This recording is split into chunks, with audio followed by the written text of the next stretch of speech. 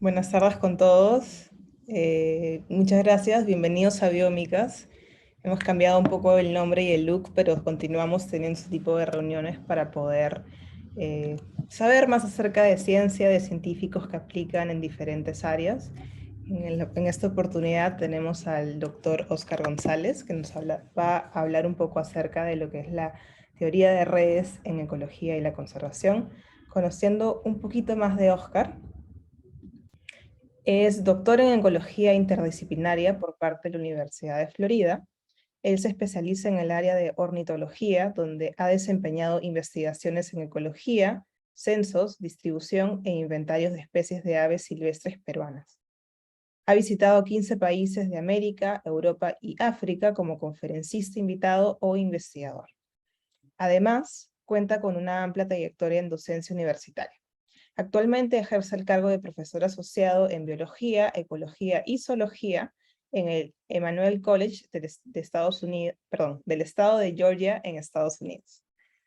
¿Okay? Entonces le damos pase a Oscar para que pueda contarnos más acerca de lo que hace. Muchas gracias por aceptar la invitación también. Bueno, muchas gracias a UP Ciencia, Biómicas, en especial al profesor Paul Milón por la invitación a participar. Entonces, permítame compartir mi pantalla para empezar de una vez. ¿Se ve la pantalla completa? ¿Me pueden indicar? Sí, okay. Se ve la pantalla completa. Ok, perfecto. Ya. Ahora, empecemos de una vez. Sobre lo que es teoría de redes, creo que hemos escuchado sobre esto normalmente cuando se aplica a ciencias de la computación y a veces a estudios de mercado, ¿no? Para poder ver las redes de mercadeo, las redes de conexiones de distintas maneras.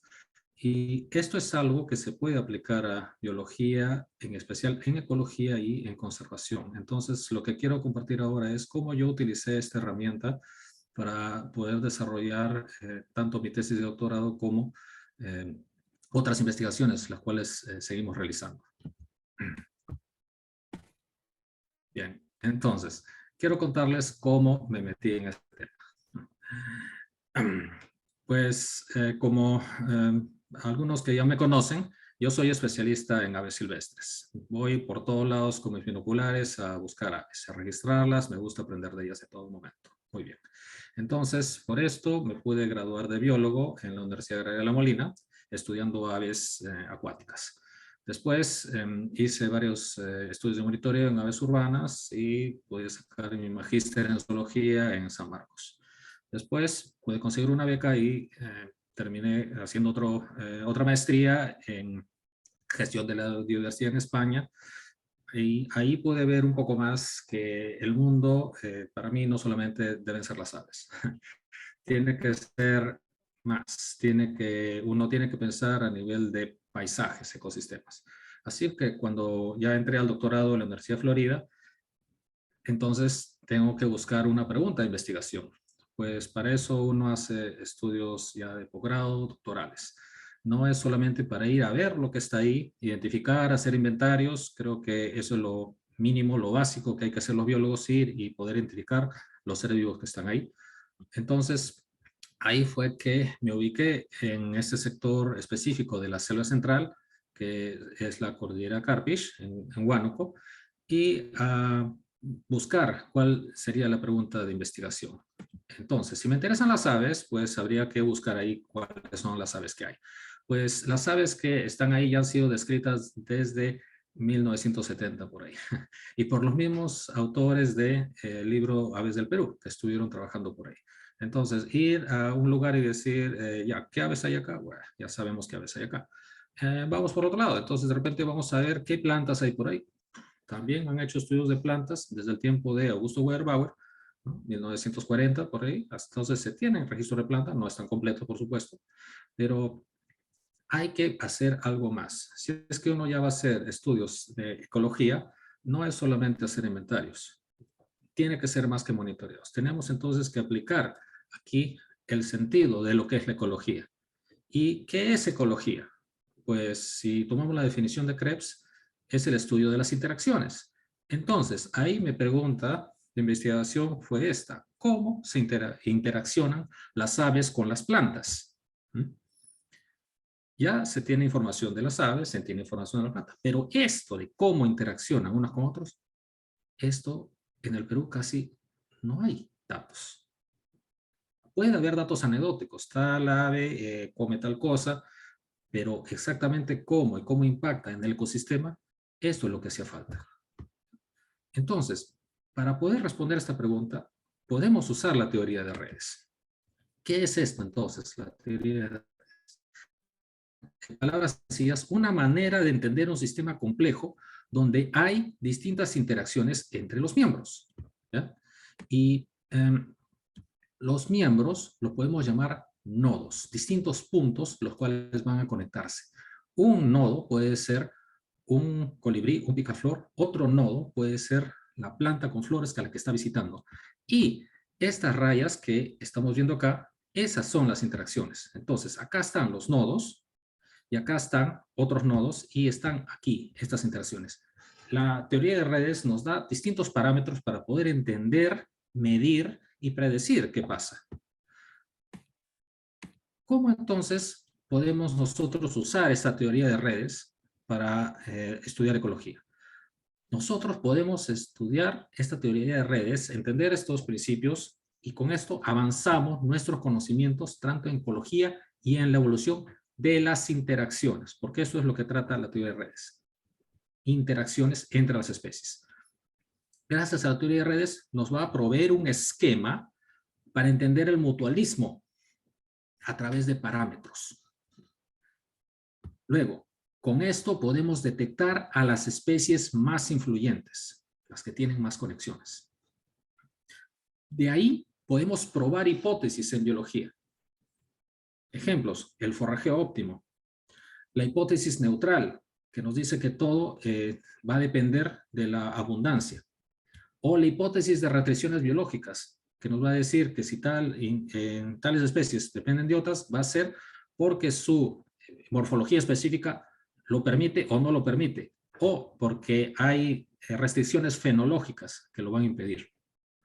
También, gracias a esta teoría de redes, podemos predecir impactos potenciales debidos a cambios en el ambiente.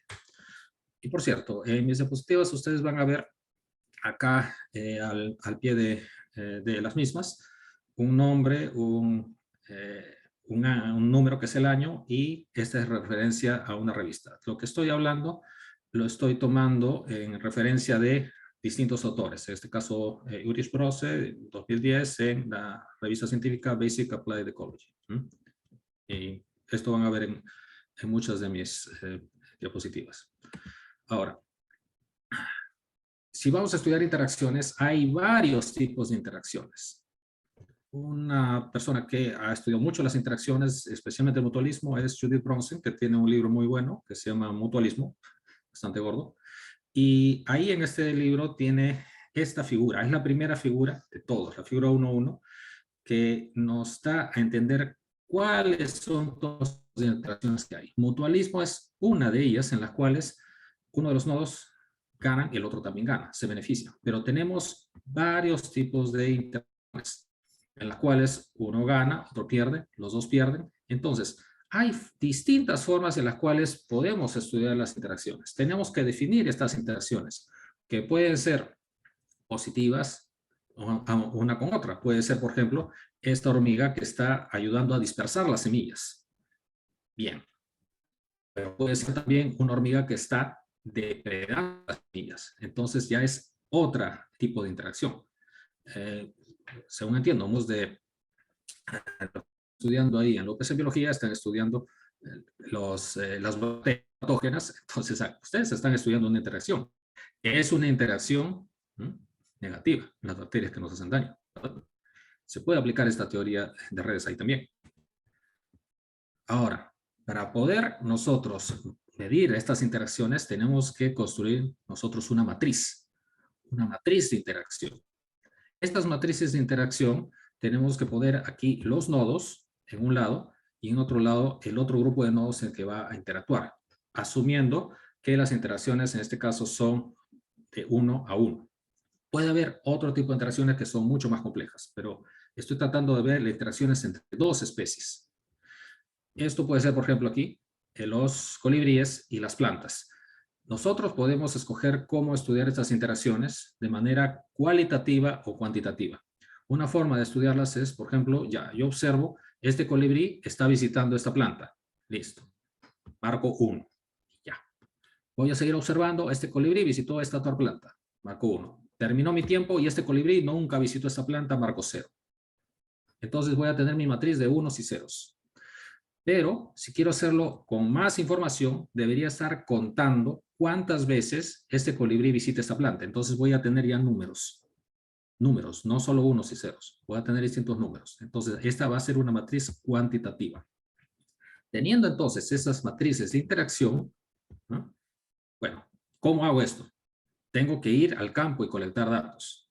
En el caso mío, para la investigación que estuve haciendo, fue entre colibríes y plantas.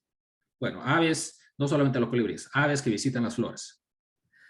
Así fue que cuando estaba ahí en el 2013, 2014, estuve enseñando en la Universidad de Huánuco, en la Facultad de Ingeniería Ambiental, y varios de mis alumnos eran mis asistentes de campo, era requerido ir al campo, ahí, a la montaña de Carpish, para ir y colectar datos. ¿Qué datos? Estos datos. Ver acá los colibríes interactuando con las plantas, las aves nectarívoras interactuando con las plantas. Tenemos entonces que definir la visita del animal a la planta, si está polinizando o no, o si estoy haciendo otro tipo de interacción, por ejemplo, aves que están consumiendo frutos, no solamente aves, puede ser murciélagos consumiendo frutos, o mamíferos consumiendo frutos de distintas maneras. ¿Cómo es este tipo de interacción? Siguiendo al animal, siguiendo a las aves, caminando, voy por un transecto, es un muestreo zoocéntrico, o lo que hago es me siento en un lugar y observo una planta con flores, o voy a observar un árbol con frutos, sería un muestreo fitocéntrico. Ya, así voy a estar colectando mis datos. Pero ahora, ¿qué hago con los datos? Tengo una matriz lista, ya tengo toda esa matriz. Para poder aplicar la teoría de redes, una recomendación que doy es usar el programa R, que me imagino que ya varios de ustedes tienen buen conocimiento. Es un lenguaje de programación muy popular en la investigación, creo que otros usan Python u otras cosas más. R no solamente sirve para reemplazar al SPS, al Minitab y esos programas estadísticos, también nos puede ayudar a hacer distintos modelamientos. Y para el estudio de las interacciones, un programa muy importante es el programa Bipartite, que nos analiza estas interacciones de manera gráfica, nos ayuda a conseguir distintos parámetros. Tenemos que tener esos parámetros como indicadores. Estos indicadores nos van a decir cómo está esta red en general. Ahora, ¿qué indicadores? Hay una gran cantidad de indicadores. Acá en Kaiser Burundi, de una universidad de Freiburg, creo, tiene una tabla con muchísimos indicadores que nos dice claramente para qué sirven, de qué forma se puede utilizar, cuáles son sus implicaciones de conservación. De todo ese montón de indicadores, ¿cuáles usamos? Pues uno tiene que seleccionarlos, tiene que mirarlos bien y decir, estos sí me sirven, estos no me sirven. ¿Cómo va a describir toda esta red? Ahora, ya, si tenemos toda esta información, teórica, muy bonita, pero ¿cómo podemos aplicar esto a la conservación? Entonces, vamos a los documentos que son ya legales en nuestro país, el Perú, ¿no? Tenemos en la Política Nacional del Ambiente, esto nos dice, ¿no?, que uno debe de impulsar la conservación de la diversidad de ecosistemas, especies y recursos genéticos y el mantenimiento de los procesos ecológicos esenciales de los que depende la supervivencia de las especies. Ya. También, impulsar el enfoque ecosistémico, la gestión sostenible de la diversidad biológica como elemento transversal en los planes integrados de gestión de recursos naturales, el manejo de cuencas, ordenamiento territorial. Acá estoy resaltando qué tiene que ver esto con redes. Está hablando acá de mantenimiento de procesos ecológicos esenciales. ¿Qué proceso ecológico es esencial? La polinización, la dispersión de semillas, son procesos ecológicos que gracias a eso se mantiene un ecosistema, se mantiene la diversidad. Tenemos que impulsar el enfoque ecosistémico. Quiere decir que vamos a enfocarnos ya no solamente en especies, tenemos que enfocarnos en ecosistemas. ¿Cómo se estudian los ecosistemas? Con interacciones. Entonces, vale la pena considerar esto si es que uno se va a dedicar a conservación. Para ello, según Harvey, en el Journal of Applied Ecology, nos pone que tenemos que tener ahora un nuevo paradigma para la conservación. ¿Cómo es lo que siempre se ha estado usando y normalmente se usa para hacer conservación? Es este enfoque que está en este cuadro que está arriba. Nos enfocamos en áreas protegidas. Ya, nos interesa, la declaramos un área protegida.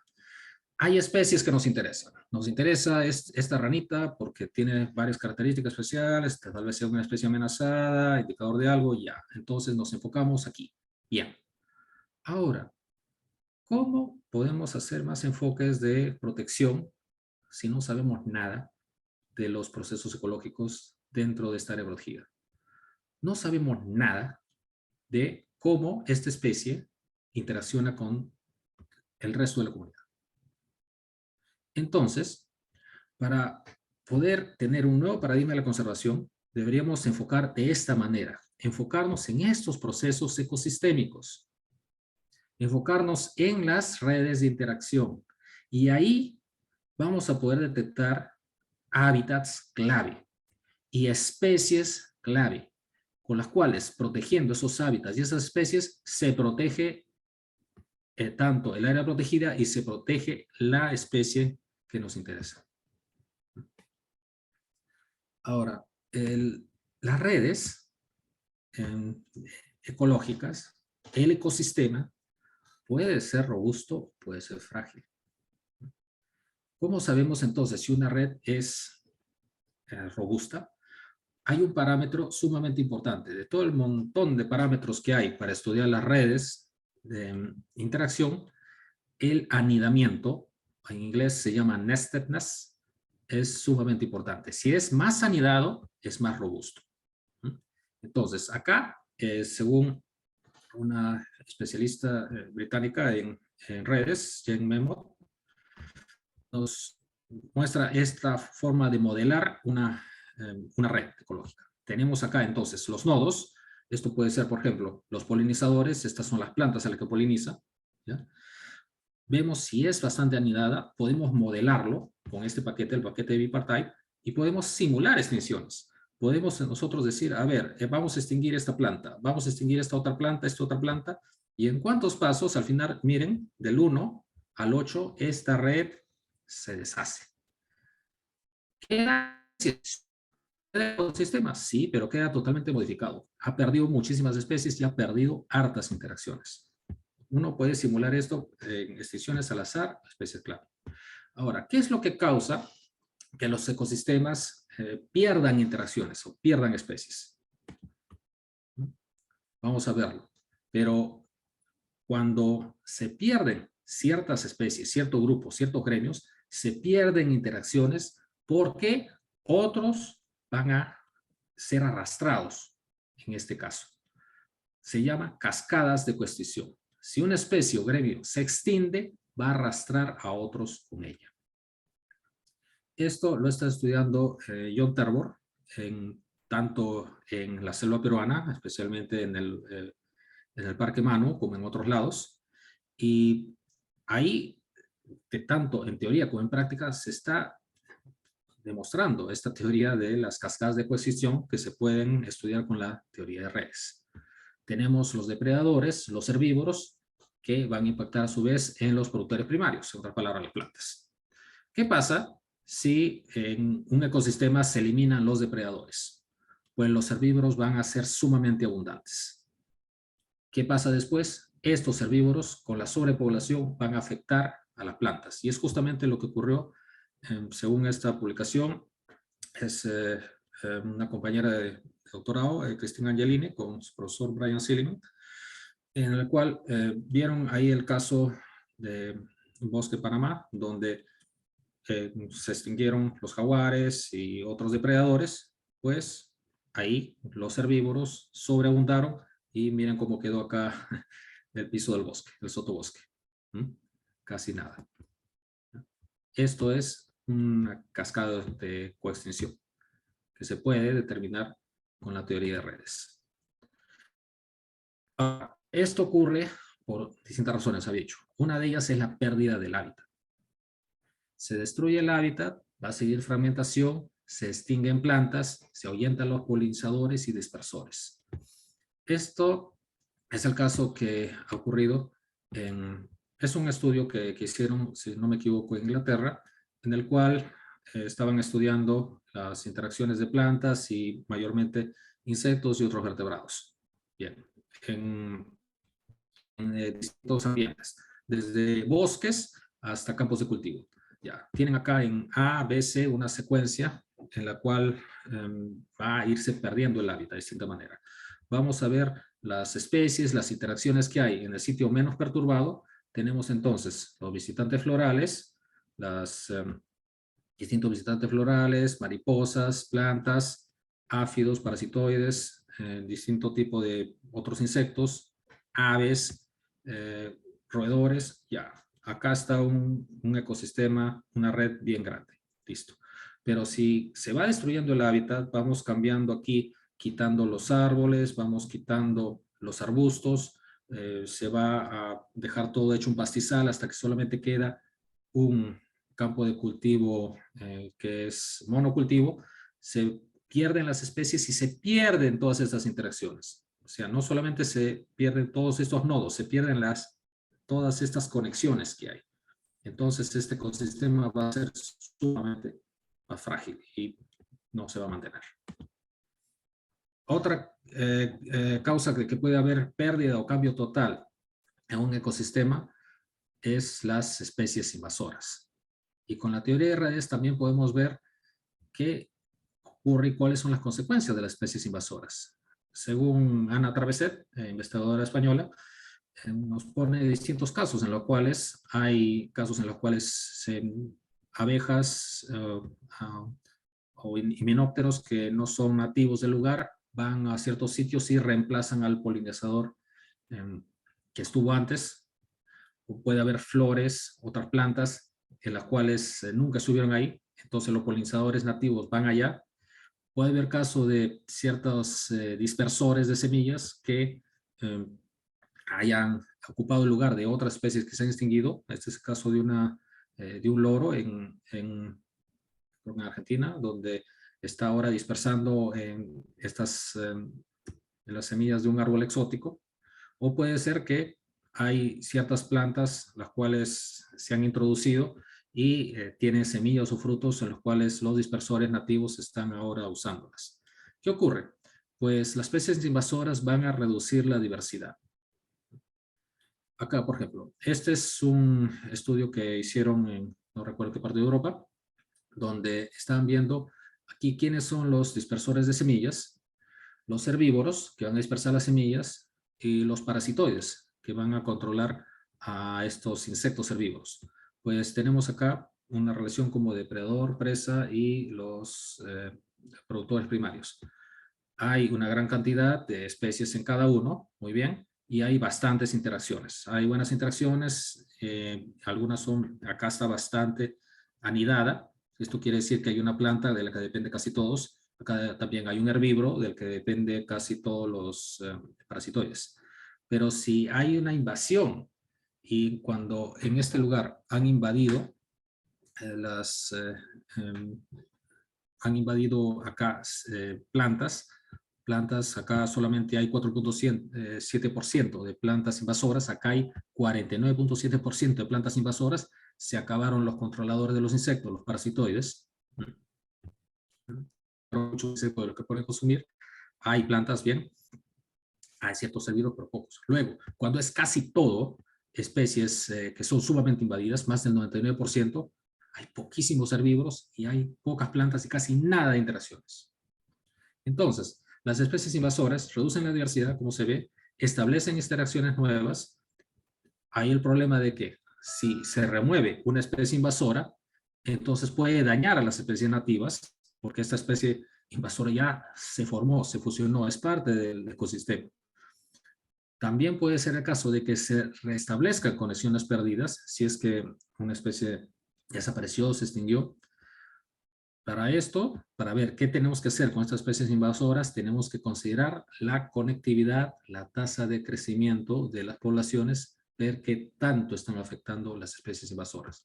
Y para esto, justamente, podemos graficar esto con las redes, podemos simular qué ocurriría si vamos a quitar una especie invasora o no. Tal vez no convenga. Ahora, en los cuales no vamos a poder hacer mucho. Si es el cambio climático, ¿cómo va a afectar esto a las interacciones? El cambio climático puede afectar la fenología. Entendamos la fenología como una propiedad biológica en la cual los seres vivos tienen que desarrollarse y tienen que tener ciertas manifestaciones en tiempos precisos. ¿En qué momento las aves van a anidar? ¿En qué momento las plantas van a florear? ¿En qué momento los murciélagos van a tener crías? Son tiempos claves, tiempos específicos. Es sumamente importante para las especies migratorias. ¿Qué ocurre, pues, si cambia el clima? Veamos este caso. Tenemos aquí en este trabajo que hizo Revilla, si no me equivoco, un brasileño, en el cual tiene un lugar, un ecosistema donde tiene 1, 2, 3, 4, 5, 6 hábitats diferentes. Y en cada tipo de hábitats tiene aquí un grupo de polinizadores o dispersores de semillas. Ya, en un lugar donde no hay perturbaciones. Cada hábitat mantiene aquí sus nodos y sus interacciones como debe ser, normal, ¿no? Los círculos son animales, los cuadrados son plantas y están interactuando, ya. Ocurre cierta perturbación, un cambio fenológico. Puede ocurrir que entonces está lloviendo más, está haciendo más calor o más frío en ciertas temporadas. Eso ocasiona un cambio fenológico. ¿Qué va a ocurrir? Puede haber de que ya se mantengan las especies, pero va a haber un cambio en las frecuencias de interacción, en la fuerza de la interacción. Esta especie que antes interaccionaba poco con esta otra especie va a interaccionar mucho más fuerte y esta no va a interaccionar tanto. Ocurre este cambio, que puede ser un poco sutil, no se detecta bien. Cuando hay destrucción de hábitat, cuando ya en vez de todas las 6 hábitats que había, nos dejaron con 4, pues varias especies ya van a dejar de interaccionar. Y si ocurre al mismo tiempo, cambios fenológicos y destrucción de hábitat, pues varias interacciones se pierden y de repente un solo tipo va a ser la que se mantenga.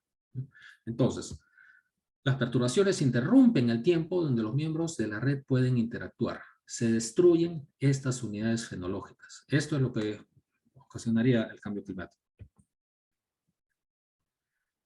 Hay consecuencias también en cambios de distribución. Si es que hay movimientos de especies por cambio de rango, si es que hay introducción de especies amenazadas, puede también afectar mucho a toda la red. El caso que muestra acá Rodríguez Cabal, que es un ecólogo chileno, está estudiando ahí el ecosistema donde intervienen una planta de acacia, si no me equivoco, un muérdago, que es una planta hemiparásita que produce flores y frutos que son sumamente apreciados por los picaflores y por un tipo de marmosa, que es un marsupial, que es nativo y me parece endémico de ahí. Ya. Entonces se tiene acá una interacción que está definida. La del árbol con su planta hemiparásita, y se tiene acá una interacción de polinización y de presión de semillas. ¿Qué ha ocurrido ahí? Bueno, y también acá de un ave que también es dispersora justo con este mamífero. Lo que pasó acá es que metieron ciervos europeos en el sur de Sudamérica. Ahora esos ciervos están consumiendo y están depredando aquí las acacias. Por lo tanto, ya no puede haber lugar para estos muérdagos. Han metido, no sé si a propósito, de casualidad tal vez, avispas exóticas, que ellos son ahora los que están reemplazando a los polinizadores. Entonces, están desplazando a los dispersores. Esto es similar a un impacto de una especie exótica. Está ocurriendo acá un problema que está cambiando todas las interacciones y, por supuesto, esto después va a amenazar las especies que nos interesan, si es tanto las plantas acá como los animales nativos acá. Así que lo que tenemos que enfocarnos es en conservar las interacciones. Pero para ello tenemos que estar familiarizados con aspectos específicos de las redes de interacción, las propiedades de redes, ¿no? Tenemos que saber relacionar las propiedades de redes de interacción con la conservación del sistema. Tenemos aquí un tipo de indicador. Según nos dice acá Tilanakis, un brasileño que tiene este artículo clásico en Biological Conservation, la conservación de las interacciones ecológicas. Un tipo de medida de las interacciones es la conectancia. ¿Qué tanto está conectado las redes acá? Si las conexiones son de 1 a 1, prácticamente casi independiente, la interacción es muy baja. Si están bien conectados, casi todos entre todos, está bastante alta. El anidamiento, como lo mencioné. Si las interacciones son totalmente al azar, no hay mucha robustez en la red. Si está bien anidada, si hay especies acá que están relacionándose más unas con otras y menos unas con otras, en este nivel es más fuerte la red. También hay ventajas en que si una red tiene compartimentos o no. Si es que como en este caso, es las interacciones de uno con otros al azar, o podemos ver subunidades. Es como tener mini redes dentro de la red. Un grupo de especies interacciona con otro grupo de especies, otro grupo de especies, otro grupo de especies. Vienen a ser entonces estas subunidades. Tendríamos que ver acá qué tan importante es cada uno de estos compartimentos. También, otro parámetro es el número de los vínculos débiles. ¿Qué tanto hay vínculos débiles? Se refiere a los cuales las interacciones van a ser de 1 a 1. Esta especie solo interacciona con esta especie, ese es un vínculo débil. Si una especie interacciona con varias otras especies, no es un vínculo débil porque tiene varias alternativas, pero si uno va a depender solamente de otro, eso es débil. Se pierde uno, el otro desaparece. Entonces, según la estructura, anidamiento, conectividad y otras características, la red va a poder resistir más a perturbaciones. Debemos identificar los módulos, especies claves, y ahí probar su vulnerabilidad. Eso lo podemos hacer con el modelamiento de la teoría de redes. ¿Qué es lo que vamos a hacer entonces a nivel práctico? Con el profesor Emilio Bruna, de la Universidad de Florida, y nosotros que hemos sido estudiantes del curso de interacciones planta-animal en el doctorado, llegamos a desarrollar un app para smartphone que describe las interacciones planta-animal en un campus universitario, que era de la Universidad de Florida. Este curso, nosotros llegamos a sacar acá un artículo científico que lo publicamos el 2012 en Bulletin of Ecological Societies of America. Tratar de describir y entender qué interacciones pueden haber en un lugar como es el campus de una universidad, ¿no? Entendiendo esas interacciones. Bien, Otra cosa que yo ya hice por mi cuenta fue trabajar con una especialista en colibríes de Arizona, en Estados Unidos, y organizamos un curso en el 2010 para lo que fue el Congreso de, el Congreso de Ornitología Neotropical sobre colibríes, monitoreo de colibríes, y llegamos a sacar un artículo científico donde escribimos cuáles son los colibríes y cuáles son sus recursos de néctar que hay en este lugar, el bosque nublado de la carretera al mar. Otra cosa que también podemos hacer para poder estudiar y aplicar las interacciones en conservación es ya, aparte de los colibríes, viendo la dispersión de semillas. En un bosque que está bastante perturbado, podemos nosotros ayudar a los dispersores poniendo perchas. Perchas en la parte que está deforestada. Esto puede atraer acá a las aves frugívoras y ellas van a defecar lo que han consumido y ahí va a caer las semillas. Esto lo llegamos a comprobar cuando estamos haciendo un proyecto de reforestación del guarango en Ica. Estas figuras son de un trabajo que han hecho en Argentina, pero nosotros hicimos algo muy, muy parecido, lo cual fue exitoso, porque comprobamos que varias especies usaban las perchas y cuando defecaban veíamos ahí las fecas y tenían semillas que eran viables. Otra cosa que se puede hacer también es en ambientes urbanos o semiurbanos, sembrar plantas que atraigan polinizadores. Esto es algo que lo están haciendo hace tiempo ya, los jardines de polinizadores, lo están usando los biólogos mexicanos, especialistas en colibríes. Y nosotros, como Grupo de Aves del Perú, hemos hecho también algo parecido en un colegio en Pisco, en un ambiente que era totalmente baldío. Conseguimos fondos para poder plantar jardín con los alumnos y plantar plantas que atraigan a los colibríes de ahí. Lamentablemente esto se tuvo que suspender por la pandemia. Luego, ya para acabar, ¿cómo podemos nosotros ayudar a las autoridades a priorizar especies clave para mantener la biodiversidad? Pues cuando estuve ya haciendo mi trabajo práctico de toma de datos para el doctorado en Carpish, Huánuco, fui a visitar ahí al gobierno regional, la gerencia de recursos naturales. Acá está el gerente de recursos naturales con su personal. Y estas personas estaban muy interesadas en ese tiempo, lograr que Carpish se conserve. Si ustedes ya lo saben, el bosque nublado de Carpish es ahora un área protegida, junto con el bosque de Uncho, y bastante de eso es con datos que yo les he dado. Pero una de las cosas que él preguntó fue bien clave y muy importante. Aquí el gerente nos preguntó esto: ¿cuáles son las plantas que las aves comen para que planificamos en conservarlas? En ese tiempo yo no podía responderle. Pero cuando terminé mis estudios e hice mi análisis de datos y después de aplicar la teoría de redes, ya le puedo responder.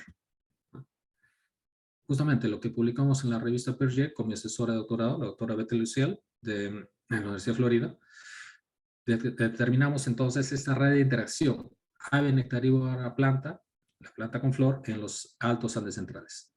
Tenemos las plantas acá, las aves acá. ¿Cuáles son las plantas que tienen más conexión?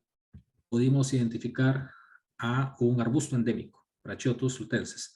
Podemos identificar un muérdago andino, Tristelis longibracteatus. Son los que más van a consumir, los que tienen más interacción con las aves. ¿Cuáles son las aves que visitan más plantas? Este de acá, un colibrí endémico, el colibrí cobrizo. Un ave que no es colibrí, es un pinchaflor, pero que también visita las flores, el pinchaflor bigotón. Luego, aquí el ala zafiro, un picaflor bastante grande, tiene una gran atracción más por una planta, que es por este muérdago. Entonces, acá podemos detectar estos actores claves. Las especies claves. Una planta. ¿Qué planta es la que observar en este lugar? Este muérdago, Tristerix.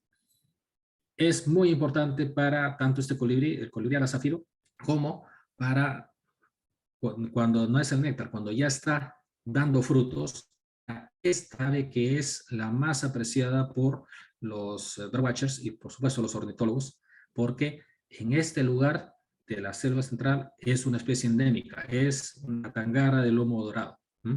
Es un ave que los turistas pagan bien porque solamente la lleva abajo. Está amenazada y depende, según hemos visto aquí, de los frutos de este muérdago. La otra especie clave es un arbusto que nadie le hace caso, que lo cortan, lo queman, no les interesa. Este es un arbusto endémico en ese lugar. Es sumamente común, pero hemos visto que esto es lo que crece después de que han talado el bosque, del pastizal. Esto ayuda a la sucesión de las aves del pastizal con el bosque y ayuda también entonces a que las aves se puedan establecer porque está proveyendo néctar. Esto es algo que pudimos aprovechar en los Andes centrales. Y también para mi trabajo de postdoctorado, que fue en la Universidad Autónoma del Estado de Hidalgo en México, pudimos aprovecharlo en el bosque seco de Yucatán, en México. Ahí es un lugar donde no se había estudiado estas interacciones. Se sabe que hay ciertas plantas, ciertas aves. Pues detectamos aquí, en este hábitat que no es, por supuesto, para nada tan diverso como la Amazonía o el bosque montano, pero aquí pudimos detectar especies claves de colibríes. Y con esto también las plantas con las cuales se van a interaccionar, los módulos más importantes, y esto nos sirve para restaurar el bosque. Esto lo pudimos publicar en la revista Tropical Conservation Science. Entonces, ya voy a terminar. Estas son mis conclusiones. La teoría de redes nos provee indicadores sumamente útiles en ecología y conservación. Es posible detectar especies claves y simular consecuencias de extinciones. La consideración de las interacciones ecológicas es vital en planes de conservación y manejo. Los biólogos y conservacionistas deben entrenarse en el análisis de interacciones. Y con esto ya termino mi presentación. Entonces, con gusto, si hay tiempo para preguntas. Y gracias por su atención. Muchas gracias, Oscar, por la exposición. Estuvo súper interesante. Desde diferentes puntos de vista, inclusive de forma actual, cómo está afectando el entorno a cómo es que las aves interaccionan con diferentes plantas, ¿no? Flores. No sé si es que hay dudas, pueden levantar la mano y se les da la palabra, o si no lo pueden escribir por chat y también se puede ir respondiendo.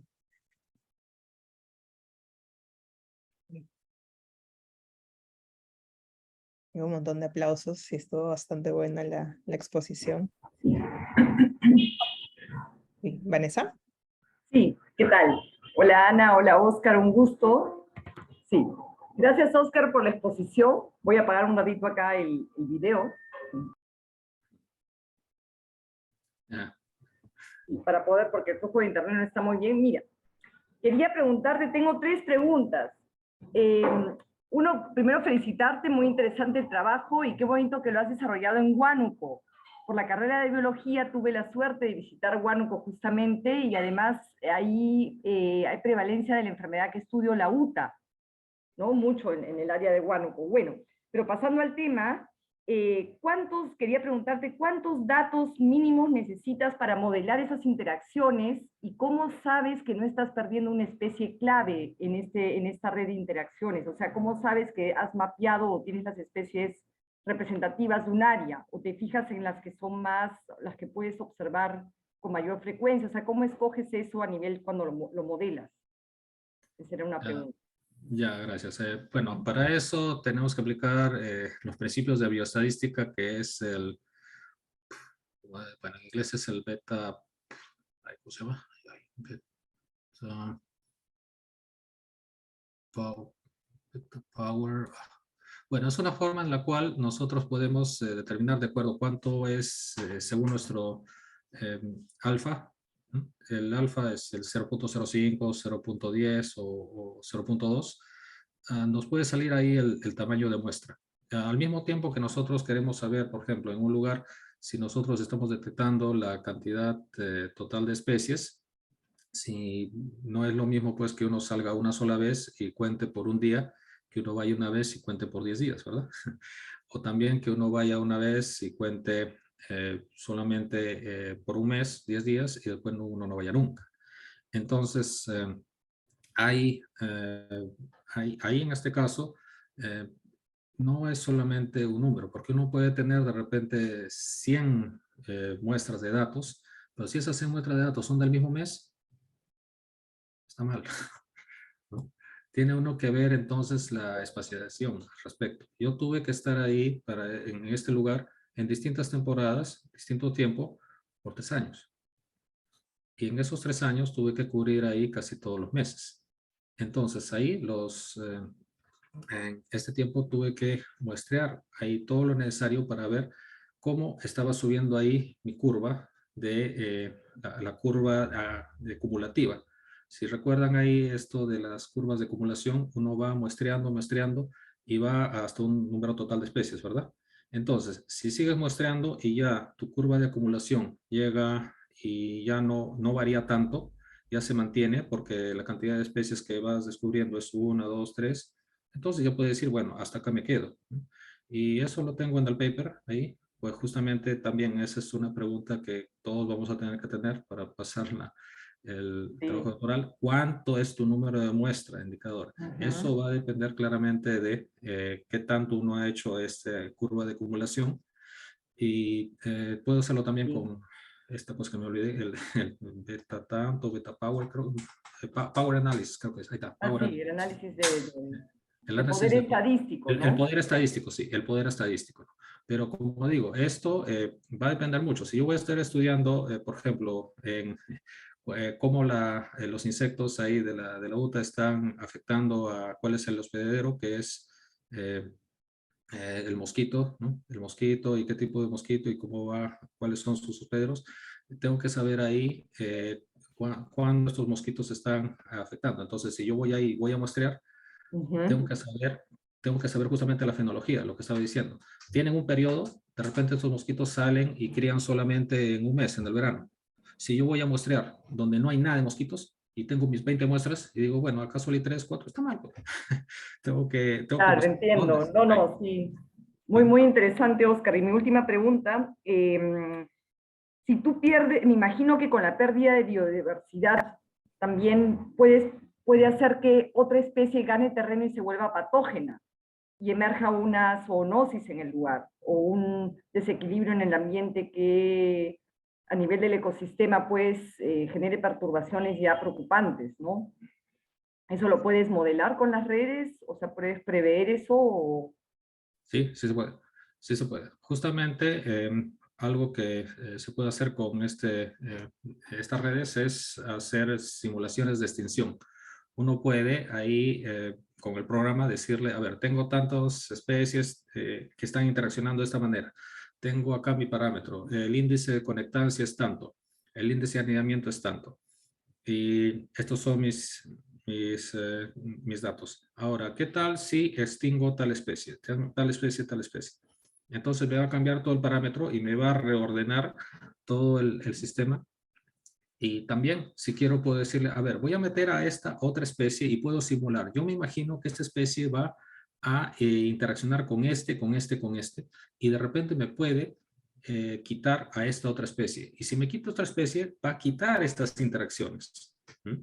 Entonces, sí es posible hacer ese tipo de modelación.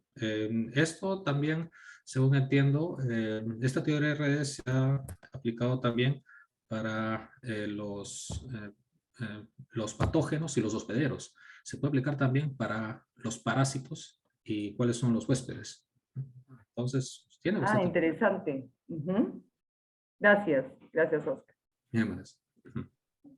Muchas gracias, Vanessa, por las preguntas. En el chat, Gabriel pregunta, tiene dos preguntas, me parece. La primera es, ¿existe la posibilidad de que al eliminar una sola especie del ecosistema, esta se vaya al colapso? Sí, depende de qué especie sea. Ahora, uno puede pensar, se elimina una especie, el colapso es que desaparezca todo. No, pero sí, porque en todos estos ecosistemas que vemos son el producto de evolución de cientos o miles de años y han habido cambios. Han habido varios cambios en los cuales han aparecido y han desaparecido especies y han ocurrido nuevas nuevas interacciones. Depende de qué especie vaya a quitarse. Si voy a quitar de mi red, por ejemplo, al colibrí cobrizo, que hemos visto que es la especie que más interacciona, sí, ahí sí puede ser que el resto de plantas que están adaptadas a solamente ser polinizadas por este colibrí, pues ya dejen de reproducirse, pierde la diversidad genética, y es algo que no va a ocurrir al momento, ¿verdad? Va a ocurrir mucho después, puede ocurrir después. Depende de qué especie vaya a desaparecer, no va a ser cualquier especie. Muchas gracias. La siguiente pregunta dice, ¿existen desventajas o dificultades al utilizar las redes de interacción para estudiar las relaciones entre especies? ¿Hay otras formas de poder estudiar estas relaciones sin usar las redes de interacción? La desventaja es el no aprender R. Yo, para poder entender el programa de R, programa de programación y todo eso, me demoré como 2 años. Si es que a uno no le gusta programar, no le gusta meterse ahí, bueno, los que somos ya un poquito mayores, imagínense estar con el DOS, ¿no? Era una tortura, bien fastidioso ahí hacer estos líneas, estos programas, pues bueno, el R es así más o menos, pero ahora tiene muchas más ventajas, hay muchos más tutoriales, uno puede entrenarse a sí mismo en el internet y todo. De otras formas de usar estas interacciones, pues antes de que hayan inventado o hayan puesto todas estas redes en teoría, ya lo han estado haciendo.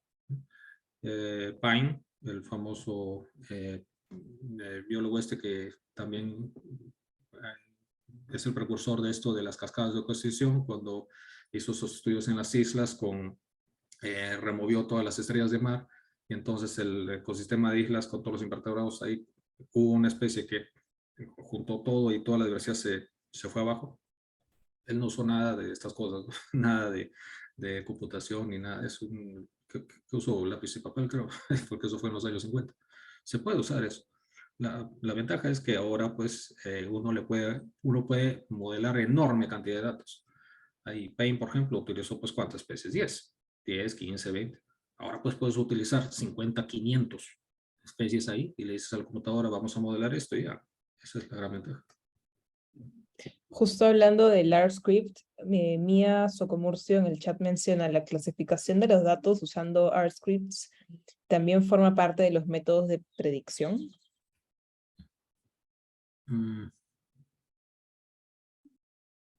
Los scripts,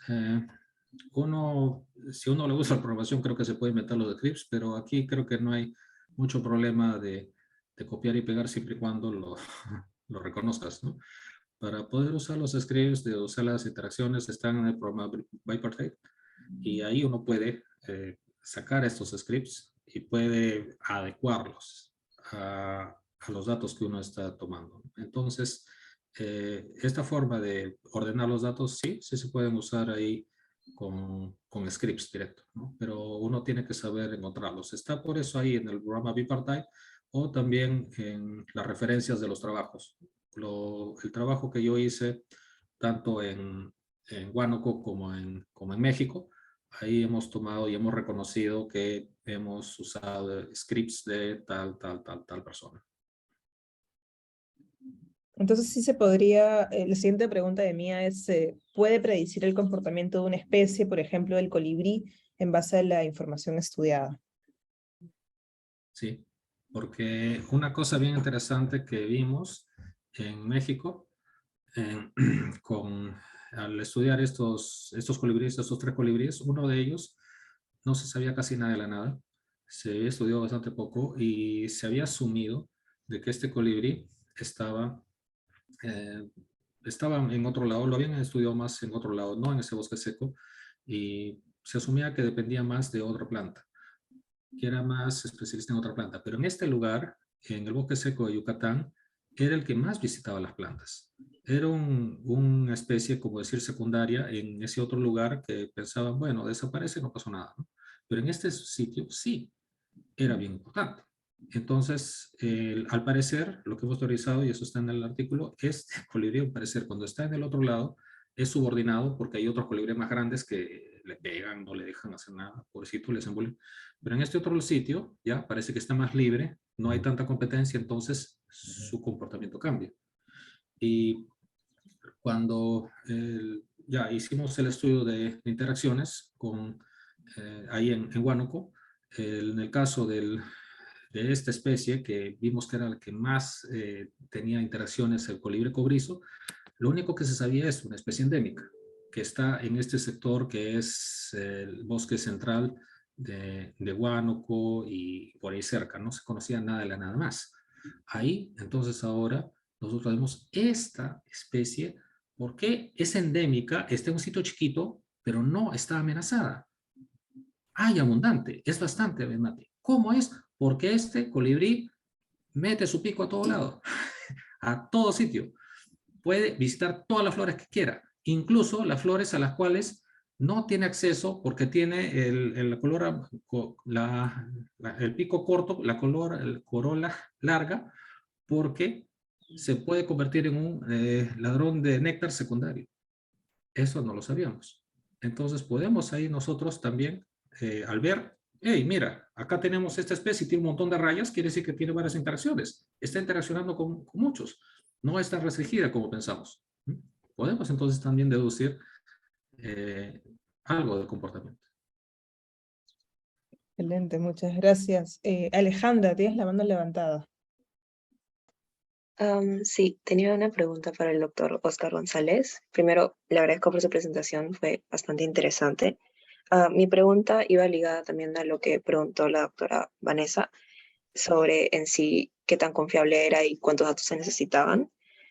Mi pregunta es, ¿qué tan fiable es esta modelación de interacciones entre especies como para que en sí sea incluida como un parámetro dentro de las evaluaciones de impacto ambiental, considerando que varios de los datos recogidos quizás pueden variar con las temporadas, con el tiempo, con otros factores externos? O sea, ¿qué tan fiables son estos datos para en sí incluirlos en un marco legal para una mejor regulación de las ANP y otras áreas?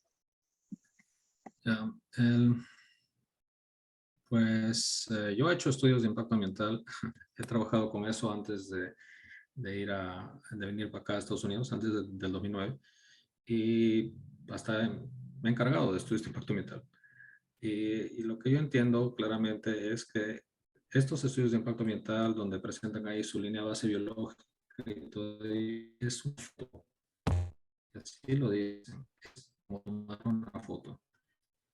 Y con una foto tú ves las especies, las plantas, lo que está ahí. O de repente justo ves ahí mi foto de que, bueno, tal ave interaccionó con tal planta. Es una cuestión casual. Para poder hacer estudios de interacciones, como le dije, necesita uno tiempo. Es más que solamente ver una lista acá y está allá. En los estudios de impacto ambiental solo ponen listas, ¿sí o no? Mayormente ponen listas, bueno, y a veces ya muy bien, salieron al campo y pusieron sus listas. Pero para poder ver este tipo de interacciones se necesita tiempo. Estos artículos ahí que yo les he mostrado los resultados me han demorado más de un año. Entonces, los estudios de impacto ambiental con sus datos nos pueden dar un primer avance, de repente estudios preliminares, pero yo no creo que se pueda poner ya un marco legal, decirles, bueno, ahora tienen que hacer este estudio de interacciones para un estudio de impacto ambiental. Si es así, van a demorarse más de un año, ¿no? Y no creo que lo pongan así. Lo que sí debería hacerse con un marco legal, y quizás esto no les guste a los del Ministerio del Ambiente o otros, es decirle que aparte de que estén haciendo sus listas de especies, que es importante, por supuesto, tienen que hacer inventarios, tienen que hacer monitoreo, tienen que hacerlo siempre. Yo he sido también auditor de la Contraloría y le hemos auditado en ese tiempo en RENA, y ahí les decía claramente, tienen que mejorar sus sistemas de monitoreo, pero ahora yo les diría, ahora tienen que promocionar estudios donde hagan esto, las interacciones, y quizás esto no lo pueden hacer los guardaparques, porque no necesariamente están, con la justa están entrenados para reconocer una especie de otra, pueden apuntarlas, sino promocionar estudios donde nos muestren esto, justamente, nos muestren esta gráfica diciendo, ya miren, esta es la especie que más interacciona en esta otra, y no necesariamente van a ser las especies amenazadas.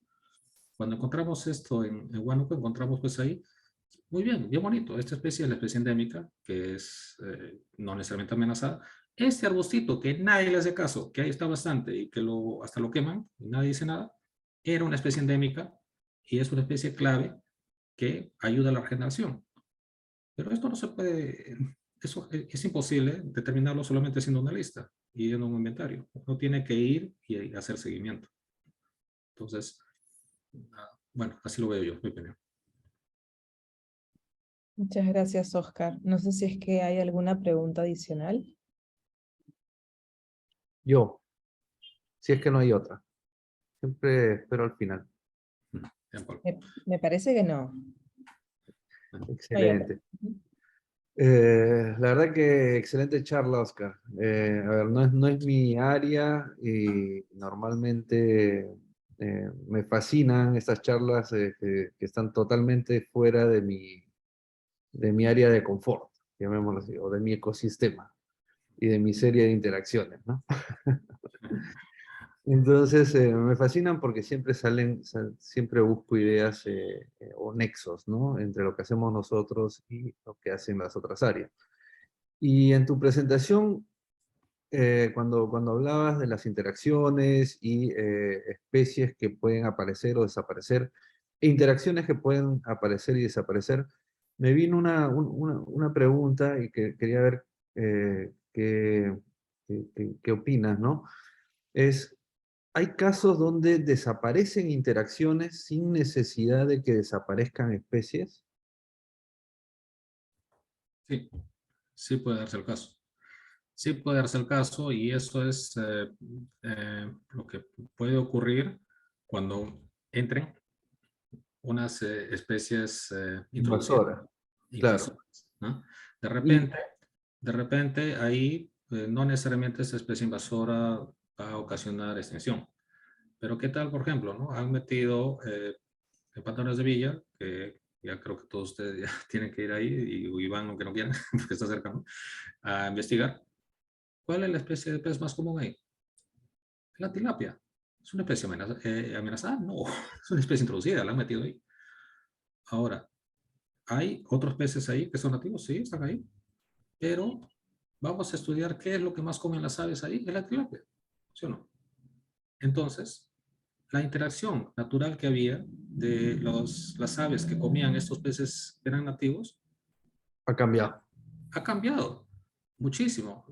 Yo creo que todavía está ahí, no lo sé, porque había que investigar, habría que medirlo de esa manera, pero estoy seguro de que ahora las aves dependen más de la tilapia que de otra cosa.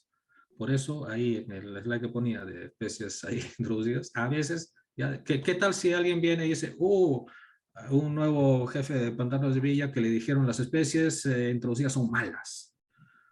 Allá. Entonces vamos a eliminar la tilapia.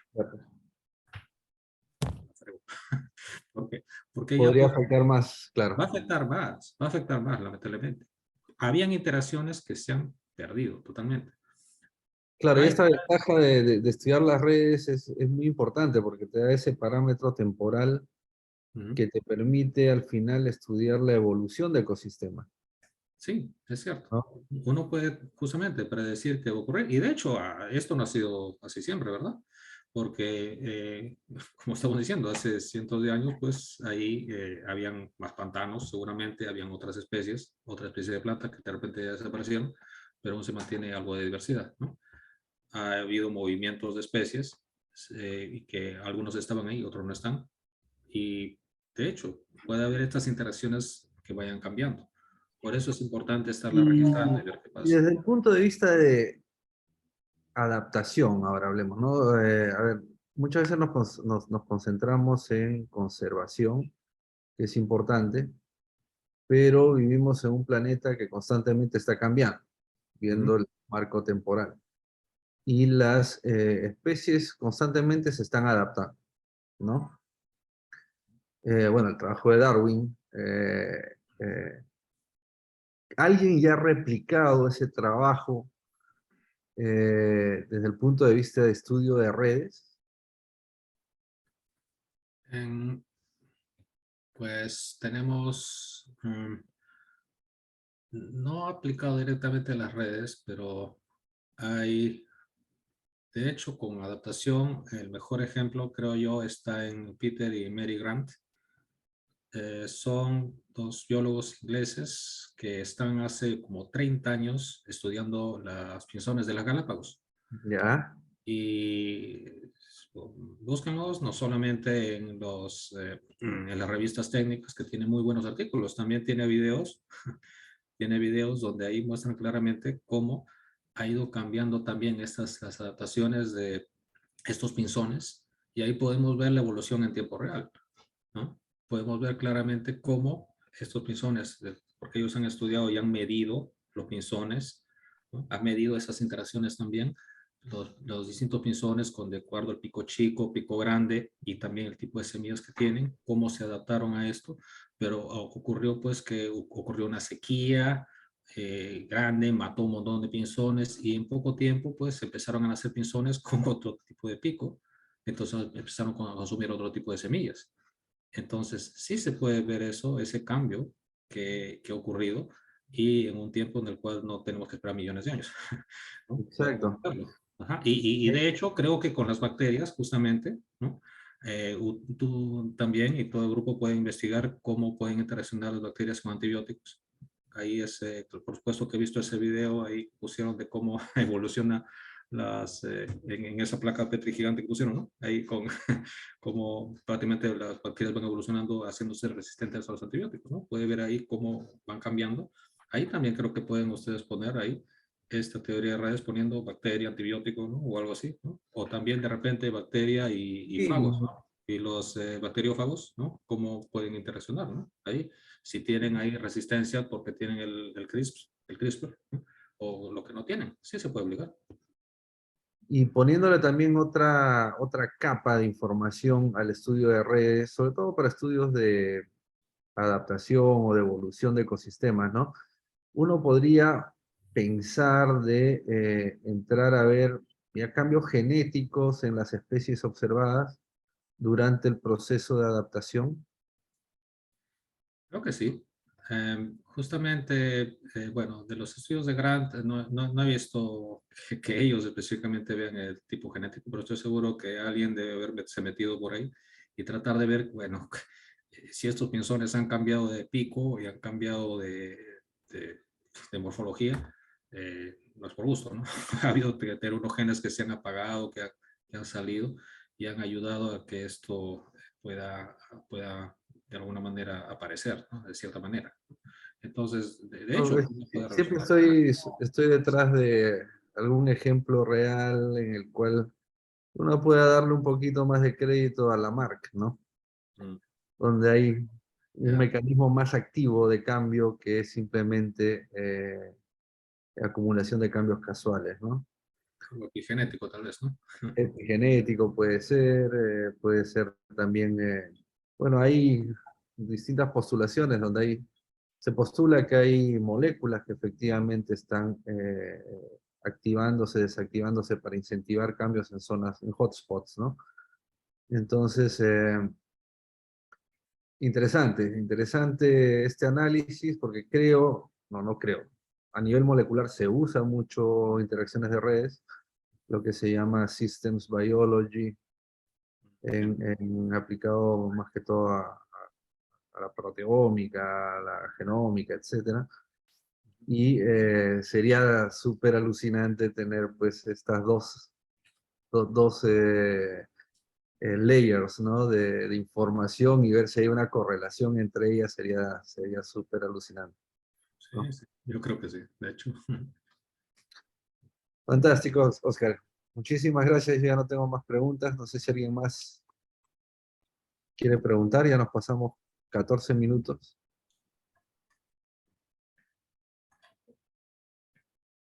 Me parece que si no hay más preguntas. Si no, Oscar, nuevamente agradecerte por la ponencia. Estuvo muy interesante. Esperamos también saber qué más estaría pasando con lo que estás estudiando, con los colibríes u otra especie que vayas a estudiar. Súper bienvenido a volver a exponer en Biómicas cuando desees. Gracias, gracias.